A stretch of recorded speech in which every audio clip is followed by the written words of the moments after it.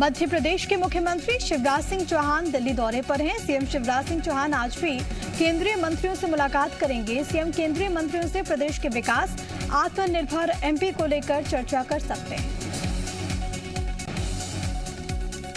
कल सीएम शिवराज सिंह ने केंद्रीय मंत्री नरेंद्र सिंह तोमर से मुलाकात की। इसके अलावा सीएम ने कल केंद्रीय मंत्री और टीकमगढ़ से सांसद डॉक्टर वीरेंद्र खटीक से भी मुलाकात की थी। दोनों नेताओं के बीच कई अहम मुद्दों और प्रदेश के विकास को लेकर चर्चा हुई। चित्रकूट में हो रही संघ की बैठक में अहम फैसला लिया गया है। संघ और बीजेपी के बीच कोऑर्डिनेशन की जिम्मेदारी अब सह सरकार्यवाह अरुण कुमार को दी गई है। इससे पहले ये जिम्मेदारी डॉक्टर कृष्ण गोपाल के हवाले थी। संघ के प्रचार प्रमुख सुनील आम्बेकर ने खबर की पुष्टि करते हुए बताया कि अप्रैल 1964 में पूर्वी दिल्ली के झिलमिल में जन्म लेने वाले अरुण कुमार ने आपातकाल के दौर में महज 12 वर्ष की आयु में संघ से वो जुड़े और 1976 में संघ की शाखा में जाना शुरू किया था। मध्य प्रदेश के स्कूल्स में ऑनलाइन क्लास संचालित नहीं होंगी। प्राइवेट स्कूल एसोसिएशन ने 8 सूत्रीय मांगों को लेकर आज से ऑनलाइन क्लास नहीं चलाने का ऐलान किया। प्रदेश के 25,000 से अधिक निजी स्कूल संचालक आज से ऑनलाइन एजुकेशन का काम ठप कर देंगे।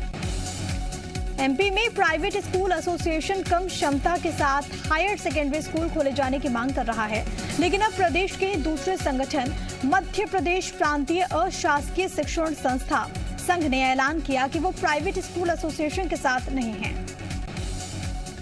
इंदौर आईजी हरिनारायण चारी मिश्र ने शहर का औचक निरीक्षण किया।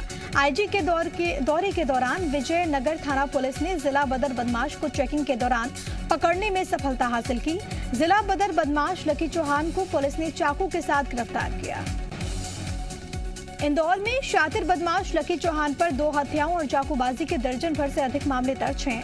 आईजी हरिनारायण चारी ने शातिर बदमाश को पकड़ने वाले 2 पुलिसकर्मियों को 5-5 हजार रुपए के इनाम का ऐलान किया।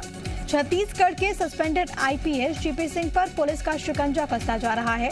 आज उनके आवास पर नोटिस चस्पा किया जा सकता है। ईओडब्ल्यू ने आय से अधिक संपत्ति के मामले में जीपी सिंह के ठिकानों पर रेड मारा था और इस दौरान करोड़ों की संपत्ति की जानकारी मिली थी। छापे के दौरान बरामद किए गए कुछ दस्तावेजों के आधार पर उनके खिलाफ राजद्रोह का मामला भी दर्ज हुआ।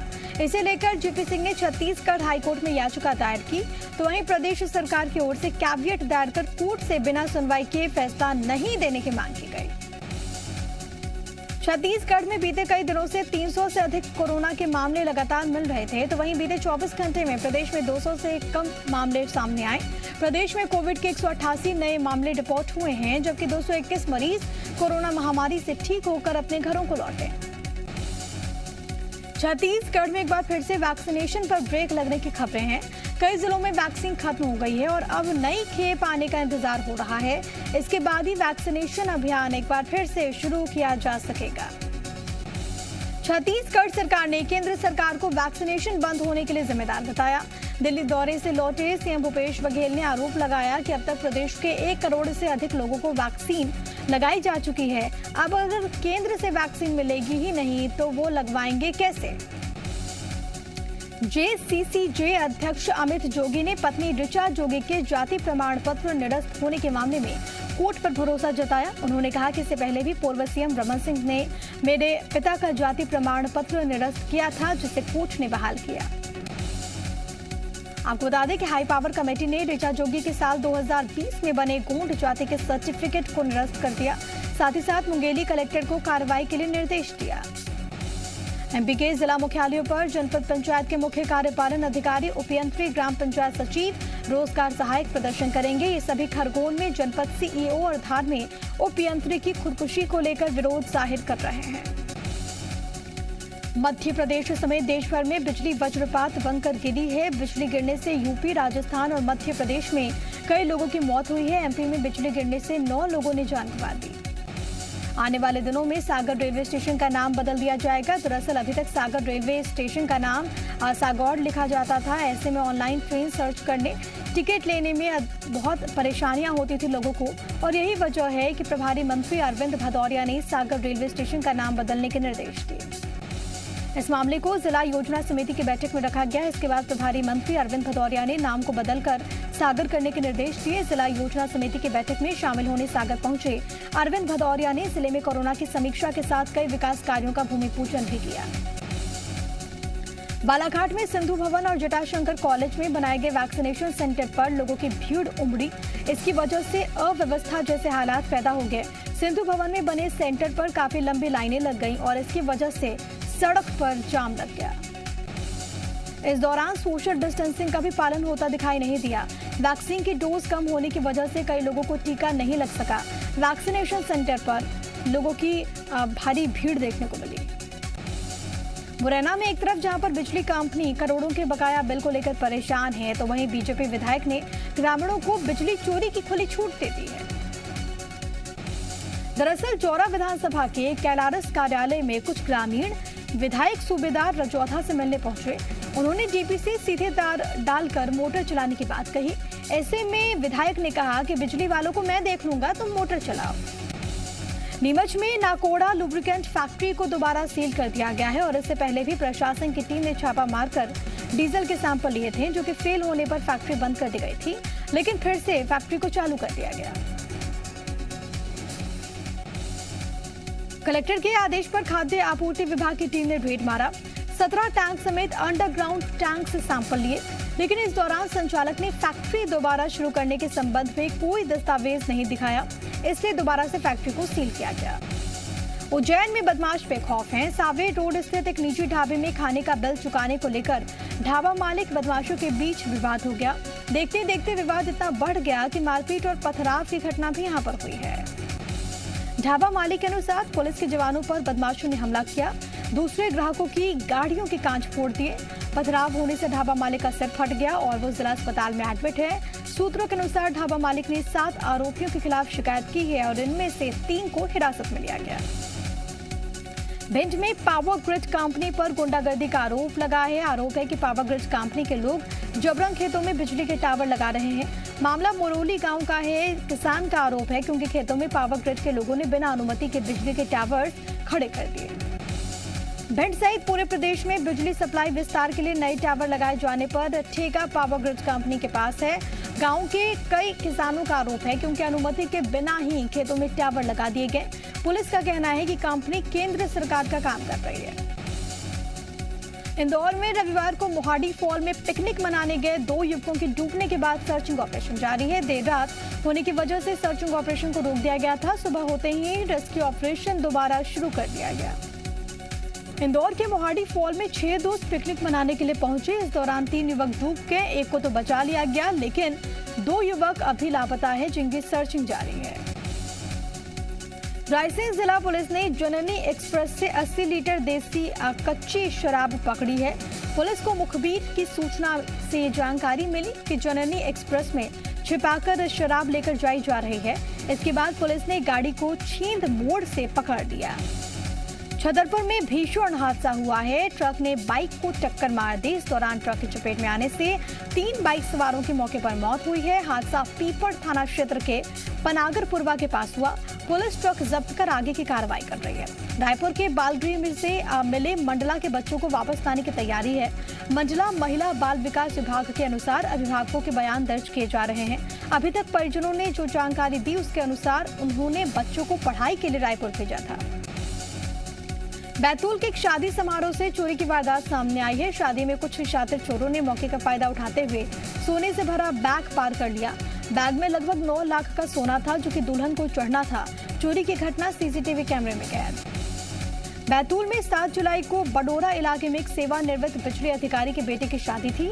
शादी में सोना चोरी हो गया, जिसकी कीमत 9 लाख बताई जा रही है। पुलिस फिलहाल मौके पर पहुंची और सीसीटीवी फुटेज के आधार पर चोरों को आइडेंटिफाई करने में जुटी है। बैतूल में आकाशीय बिजली गिरने से 48 साल के व्यक्ति की मौत हो गई है। 48 साल का राम बारिश का लुत्फ उठाने के लिए घर की चौखट पर खड़ा था। अचानक आकाशीय बिजली गिरी और उनकी जान चली गई। टीकमगढ़ शहर में बाइक चोर खुलेआम आपराधिक घटनाओं को अंजाम दे रहे हैं। ऐसा ही एक घटना तालदरवाजा इलाके से सामने आई है। यहाँ पर घर के सामने लगी बाइक को चोर अनलॉक करके छुड़ा ले गए। चोरी की वारदात सीसीटीवी में कैद हो गई है। चोरी का वीडियो सोशल मीडिया पर वायरल है।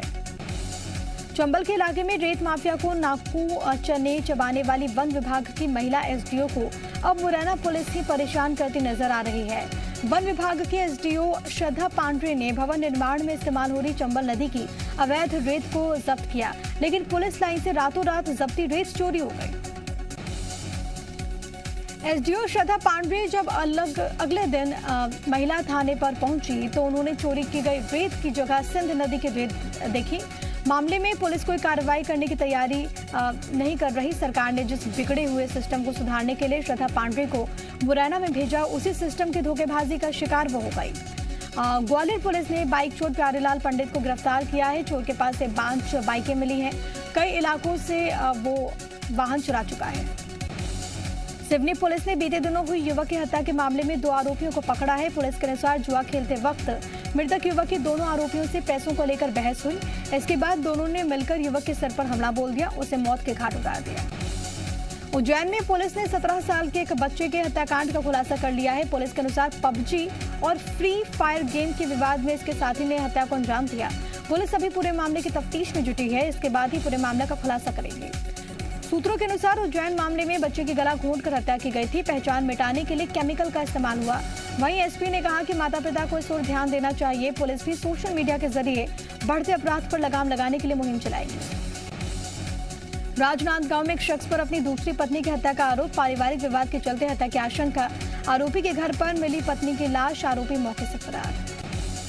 ग्वालियर पुलिस ने 2 हथियार तस्करों को पकड़ा। तस्करों के पास से 315 बोर के 4 देसी कट्टे, 1 राइफल, 1 अधिया और कारतूस बरामद। यूपी से लाए जाते थे हथियार। बिलासपुर के एक स्कूटी और बाइक की आमने सामने से हुई टक्कर। हादसे में बाइक सवार पार्षद पति की मौके पर मौत। 2 और लोग हुए जख्मी। घायलों का अस्पताल में इलाज जारी। ग्वालियर के ईसीएस बैंगलोर स्कूल पर ऑनलाइन पाठ्य सामग्री में अश्लील क्लिप अपलोड करने का आरोप। शिकायत के 2 दिन बाद भी नहीं हटाई गई आपत्तिजनक सामग्री। परिजनों ने कही पुलिस से शिकायत के बाद। सीहोर में जवान प्रेम नारायण वर्मा का राजकीय सम्मान के साथ अंतिम संस्कार, जिसमें विधायक कुणाल चौधरी, यूथ कांग्रेस के प्रदेश सचिव राजीव गुजराती समेत बड़ी तादाद में लोग शामिल हुए। शोकाकुल परिवार को सांत्वना दी गई। यूपी में अलकायदा और अंसार गजवातुल हिंद के 2 आतंकवादी गिरफ्तार। आतंकियों के पकड़े जाने से एक बड़े मॉड्यूल का पर्दाफाश। यूपी के कई शहरों में धमाके की थी साजिश। कई बड़े नेता भी थे निशाने पर। लखनऊ में गिरफ्तार आतंकियों से पूछताछ करेगी दिल्ली पुलिस की स्पेशल सेल। स्पेशल सेल ने 2015 में AQIS मॉड्यूल का किया था खुलासा।